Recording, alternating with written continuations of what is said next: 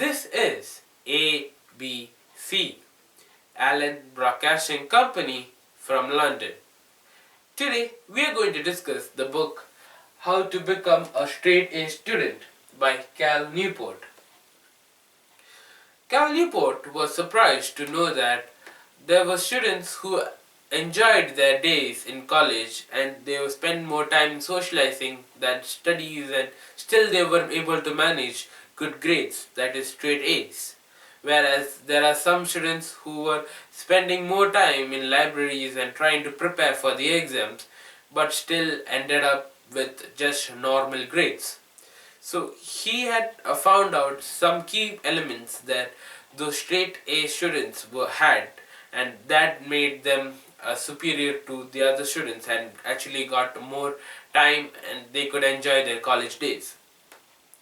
Well, one point what he said was that when you study, you're supposed to avoid pseudo work, and not only studies, in whatever work you're doing, you make sure that you're avoiding pseudo work, that is fake work.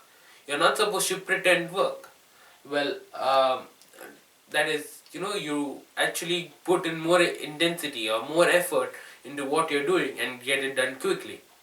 Now let's do it in a formula where what I'm going to say is that if you're putting 3 level effort or 3 level intensity, and you might have to put in 10 hours or 10 unit of time to get 30 units of work done.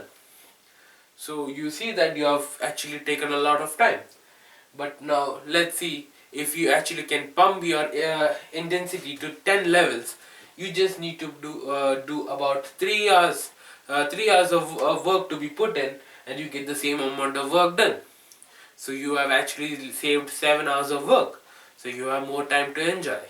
So the same thing, if you do the work which is intensive, you put in concentrated effort and you do it, and automatically it becomes short, and then you get your work done fast. So this is what it's called deep learning, where you focus, you do properly but in a short amount of time. So once you get rid of pseudo work, you actually become more time efficient. The next thing is you have to declare war on procrastination.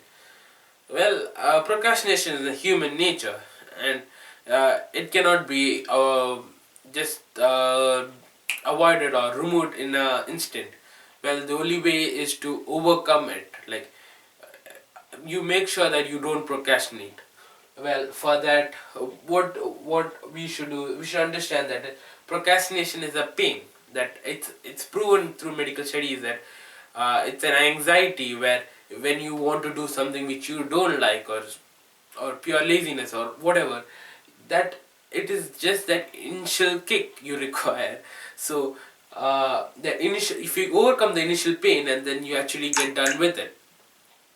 So declare war on procrastination, just overcome the pain.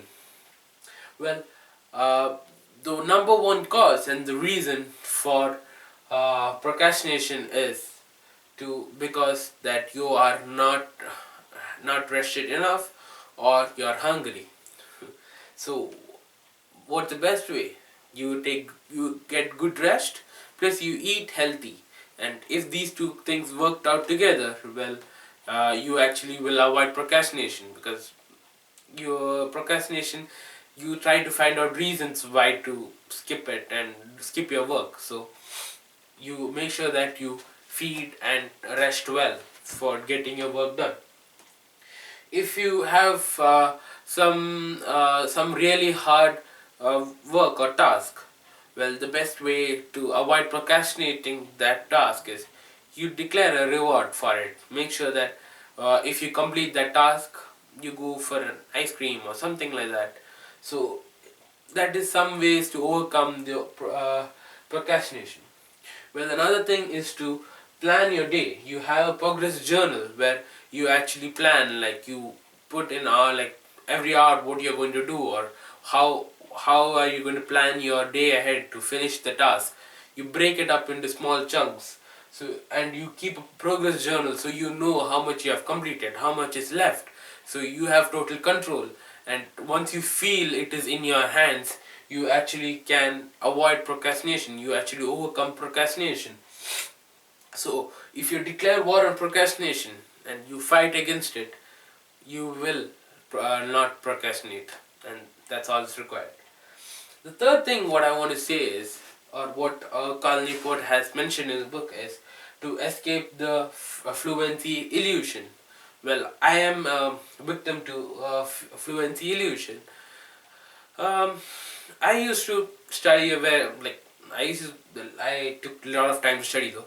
I studied, I spent a lot of hours in study. I take and I'm like all ready for the exam. I go to the exam hall, and then I get the question. I read the first question, and then the question is so familiar, but I cannot answer it. Well, I didn't know the term for that before. Well, now I know. That's called fluency illusion. So you think that you know it, but when you're required to know it, you have no idea. This has happened when you actually when you're studying, you just read across and you just think, and then you will be like, oh yeah, I know it. You get the illusion that you know it. You get the illusion that you're fluent. So, and as soon as you're challenged, it is wiped out of. So if you forgot it, as soon as you are asked for it, you forget it. So now how can you escape this illusion? Then best thing is to quiz and recall. As soon as you study a section or you complete a section, you close it, you quiz yourself, you check yourself.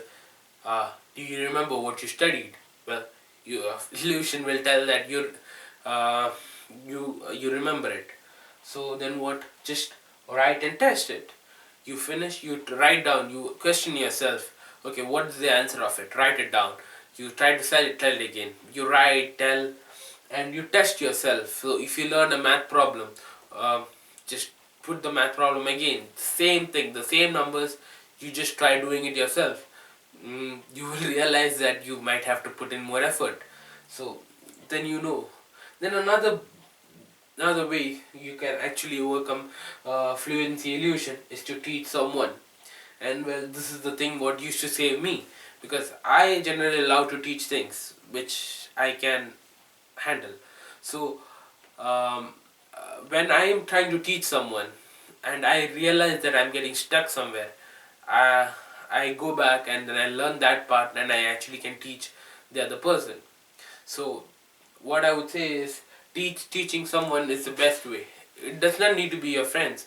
You can be anyone, like your friends, yourself, your parents, your cat, your dog, even plants.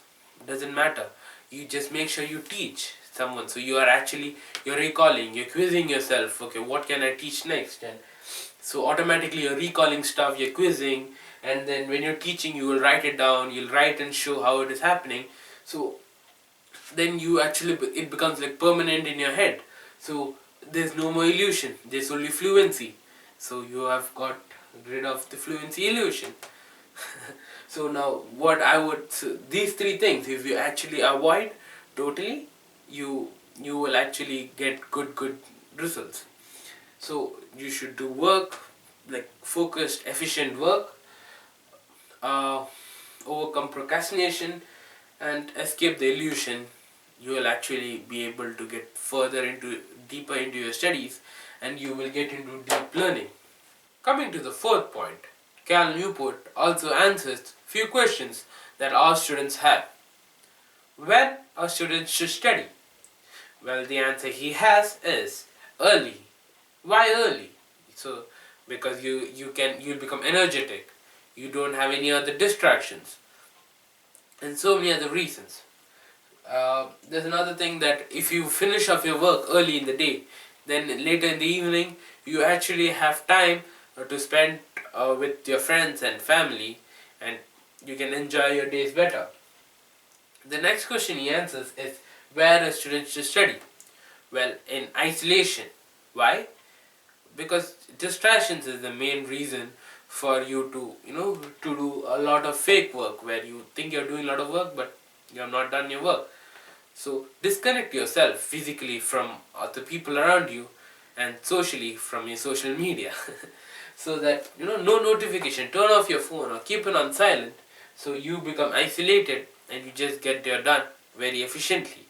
And once you do it efficient, you actually reduce the time for the work to be done. And once you reduce the time, that means you actually can spend more quality time with your friends, and you can actually balance your day. The third thing is how long a student should study. Well, you have to study how long it is required for you to complete your work. Well, space it out. Make a 1 hour of study time and a short break, and then you come back to the work. So he says that you have to study about an hour and then have a break. So this can be only done if you have a progress journal and plan your day. So if you have a progress journal, you keep coming back after an hour, and when you plan the day, that's only when you can, uh, have a full efficient hour, then have a break, and then again have an hour. So these things, if it comes put into play, automatically you are avoiding or removing these things from your life. You will be avoiding pseudo work, that you are doing real work, because you are in isolated, you are early, you have woken up early, you are energetic, then you don't procrastinate because you have woken up early with no distractions and you are energetic, and you are in isolation, so no distractions, uh, and with proper planning of the day, with giving enough breaks, you actually avoid procrastination. The another thing is to avoid freelance illusion, because you have more time and you are more calm, and you actually have a better understanding of what you're doing. Your studying will become easier, and you get along with it. So automatically you will be able to get more free time, and still you will be scoring straight A's in your grade. So this is how Cal Newport has suggested you could become a really good student.